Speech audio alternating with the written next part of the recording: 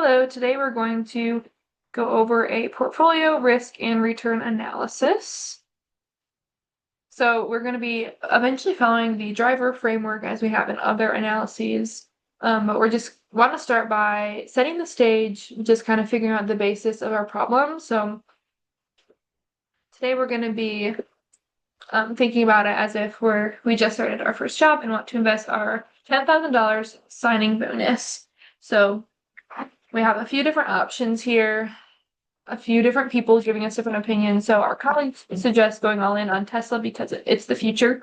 Our parents say stick with the S&P 500 index fund. So what we want to do is build our own profile. So this is just a little bit of a list of the available investments, just a 5-year hypothetical data here of the S&P 500 EFT, and then the Vanguard bond EFT, and then also a few other investments like Tesla, Apple, Johnson & Johnson, and ExxonMobil. And then here are a few key correlations I want to keep in mind, and later we're going to talk more about what these correlations mean. Because obviously a 0.65 correlation feels kind of high, whereas like a -20 feels kind of low, but we're going to dive more into later about what those really mean. We have 4 key questions to explore, and we're going to go over these answers at the end, but first we're going to talk about our driver framework and do this analysis, and then to wrap it up, we'll go over these questions again. So our first step for the driver framework is to define and discover. So what we want to figure out in this step is what is our investment goal and what risks concern us most. So we have a long-term investment goal because, as we talked about, we're young, we just started our first job, and so we have a lot of time. So our time horizon is going to be 30 to 40 years, and our goal is for wealth accumulation. We also know the source of the money and the power of compounding, because this money will compound in the next 30 to 40 years, and the source of the money is steady, and we are young, so we have a lot of time, so it's a long-term investment goal of just accumulating money. And so what risks concern us most? The 2 biggest risks are opportunity cost and the concentration risk. The opportunity cost is just the risk of not taking enough risk. So kind of here, like, what could we have done instead of what we did do? So we're going to be talking about a lot of different levels of risk, what that means, and what kind of risk we want to take. And so the opportunity cost is a big piece that we want to think of in this. And then secondly, the concentration risk is the risk of devastating loss. So this discusses the financial danger we face when we put too much of our money in a single investment or a small group of similar investments. This is the idea of putting all your eggs in one basket, because we don't want our risk to be super concentrated. That's a risk that really concerns us, because if it's all in one investment and that does really, really bad, then we lose everything. So we don't want to be super, super concentrated in that single investment or a small group of similar investments. So this is going to be a common theme that we're going to be talking about throughout all of this analysis, is how do we ensure that it's a diversified portfolio, that is not too concentrated, that we don't put all of our money in investments that are too similar. And later we'll talk about correlation, not to get ahead of ourselves, but if they're high or low correlated, this will kind of help us with this risk that we're kind of worried about. So secondly, we want to visualize the returns, volatility, and correlations before optimizing. These are 3 words that we're going to hear a lot as we do this analysis about our investment: returns, volatility, and correlations. So here is a little table here of just kind of presenting, just visualizing, seeing here all on this one page in this graph of the average return and the volatility, which is the standard deviation. So for all 6 of these options here, we can see they're rated here by, like, Tesla has the highest average return, but also has the highest volatility, which is the same thing as the standard deviation or the risk. So we want to make sure we're managing our risk, but also being risky a little bit, which is kind of a difficult thing that we want to evaluate here throughout this analysis. As you can see, the Vanguard bond EFT only has a 3% return, but it only has a 4% volatility, whereas some of the higher ones have a 60 or 30 or 20% volatility. Lastly, we want to represent our correlations. So this is going to be a big theme that we want to focus on when kind of deciding what we want to build in our portfolio. So There are some that are positively correlated, some that are negatively correlated. In the beginning, we talked a little bit about some correlations to take note of, like some were positive, some were negative, some were larger, some were smaller numbers. So positive correlation is bad for diversification. So this means that positive correlating investments mean that if one goes up, the other also goes up. If one goes down, the other also goes down. Whereas negative correlation means that if one goes up, the other goes down. If one goes down, the other goes up.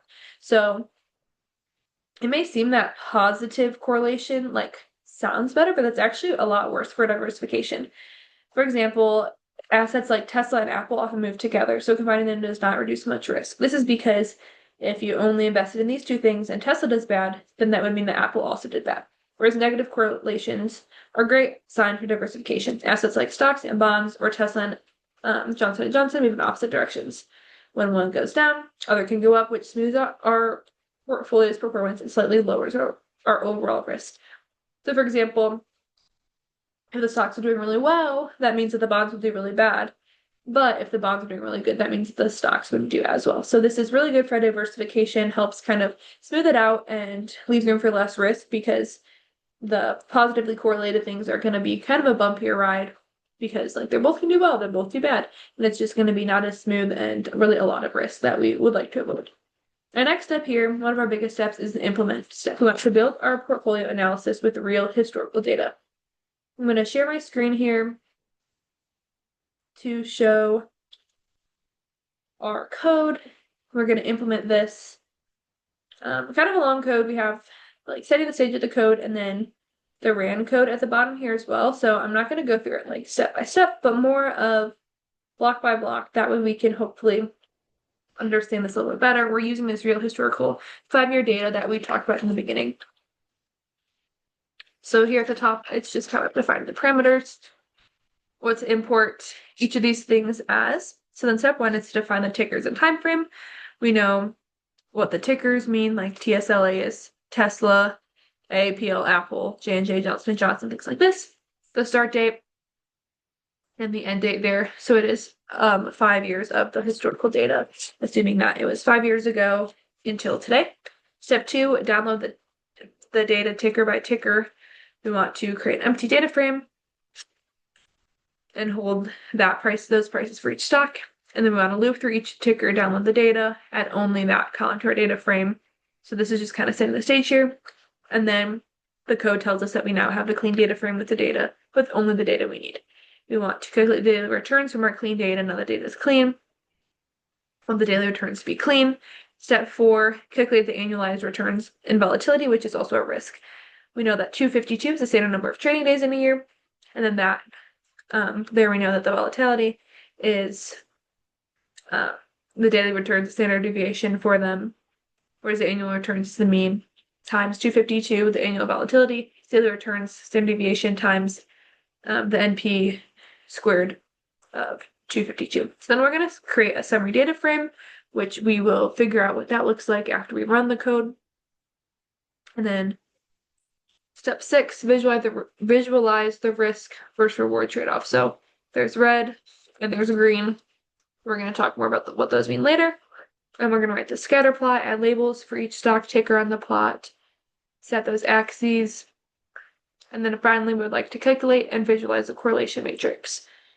And then create heat map visualization, which goes with the colors there, the red and blue colors, format numbers to do decimal places, font size, things like this. So now we ran that code and have the matrix and the graph. So the graph here just shows the volatility on the one axis and the expected annual return on the other. So this is a really good job of demonstrating that. And as we know from the beginning, Tesla, or from our visualize stage, that Tesla, or represent stage, sorry. We know that Tesla has a very high standard deviation or volatility or risk, but also a high expected annual return. And then a few of these fall more in the middle, and then the BND there falls not a very high volatility, but also not a very high expected annual return. Here's a correlation matrix that shows how correlated all these things are. Obviously, when like Tesla's against Tesla or Johnson & Johnson against Johnson & Johnson, that's a 1 correlation. It's perfectly correlated because they're the same. But then we can see here that Some of them are negatively correlated, some are positively correlated. And then we know obviously that you want a pretty good mix. You want them to be negatively correlated. That's a good thing. So we can see here we have BND and XOM negatively correlated, Tesla and Johnson negatively correlated, which we'll just kind of take a note of and then talk more about that later when we discuss our portfolio. Here's an asset correlation matrix, which visualizes this with some colors, which is really helpful. We know that red is more highly positively correlated, whereas the darker blue here is negatively correlated. And in our case, as we talked about, we want them to be negatively correlated to help mitigate risks. So we're kind of going to be focusing on these darker blue ones where we want to kind of avoid the red boxes here. So now that we've done our implement stage, we're going to hop back over here to our PowerPoint and move on with our driver framework. So now we want to validate. We're going to compare portfolio metrics with benchmarks like the S&P 500. We have 3 key metrics for comparison. The first is annualized return, which is the reward or the average return or investment generated per year. We want this to be higher than the S&P 500. The annualized volatility or risk, the standard deviation of the returns, measuring how much the portfolio value swings up and down. We want this to be lower because we don't want a lot of risk or a lot of volatility. The Sharpe ratio is the efficiency score, which is something that I hadn't heard of before this presentation, and I'll talk more about later in what I learned. This is the single most important number, however. It tells us how much return we earned for each unit of risk we took. It's like the bang for your buck. So we'd like the Sharpe ratio to be significantly higher than the S&P 500. This kind of combines number 1 and number 2 here. It combines our annualized return and our annualized volatility to see how efficient we were. Here's just a sample of 50% in Apple, 30% Johnson & Johnson, and 20% in bonds, because we would like it to be a diversified portfolio. So we want to compare our custom portfolio here against the S&P 500. And as we can see from this table, S&P 500 had a better annualized return, but our portfolio had a better annualized volatility and Sharpe ratio. So we conclude that this result is a success. We validated that our thoughtful portfolio constructed a more efficient and less stressful investment that outperformed the market on a risk-adjusted basis. As we know, as we talked about here, the Sharpe ratio is the most important number, and ours was a bit better than the S&P 500. On our next step in the driver framework, we're going to evolve and think of how we can use a similar analysis, similar process with other situations. So we want to discuss how does changing the mix affect risk and return. So this is actually the single most powerful tool we have for controlling our portfolio's performance, as it directly adjusts the balance between our portfolio, our potential for higher returns and exposure to risk. So changing our portfolio, changing our mix is really important and like the main thing that we can do, that we have control over, because we cannot control how the market performs. More aggressive, like more stocks, increases the potential for high returns and dramatically increases its volatility. So it's more unpredictable and a bumpier ride. It could lead to higher returns, but it's a lot less predictable. If we're more conservative, we would like more bonds, which would lower the portfolio's potential return, but significantly decrease its volatility. This would be more predictable and a bit of a smoother ride. Here's a few examples of how we can evolve what we already discussed into other situations. On the left-hand side here, we have different examples of the portfolio risk. If we want 100% Tesla, which is what the colleague suggested, versus 100% in the S&P 500, which is what our parents suggested. And then here is diversified growth, and then the conservative to be 40% Johnson & Johnson, 60% in bonds. We can see the difference here between the expected return and expected risk or volatility. Funny enough, what our colleague and parents both suggested have very high expected return, but they also have very high or very extreme expected risk or volatility. So those would not be very good options for us. Whereas the 2 portfolios that we created, the diversified growth and the conservative, have a bit lower expected return and expected risk.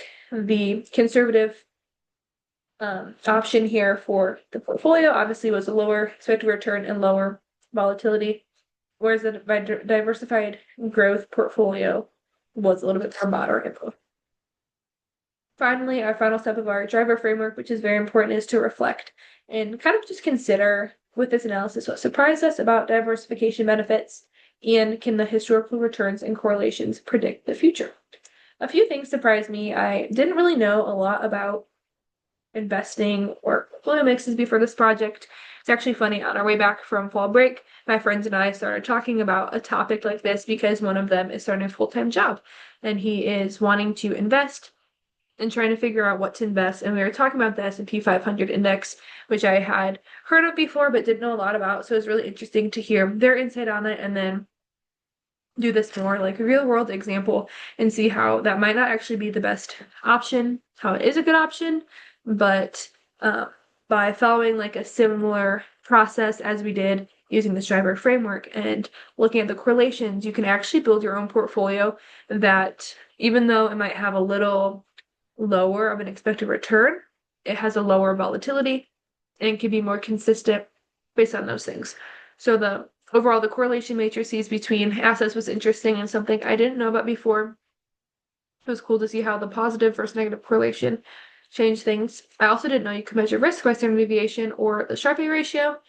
It was funny because we knew that that was a really, really important thing, the Sharpe ratio, and I didn't even hear about it. So I think that'd be really helpful to me as I enter a full-time job here pretty soon, graduating in a few months, and then can start investing my own money.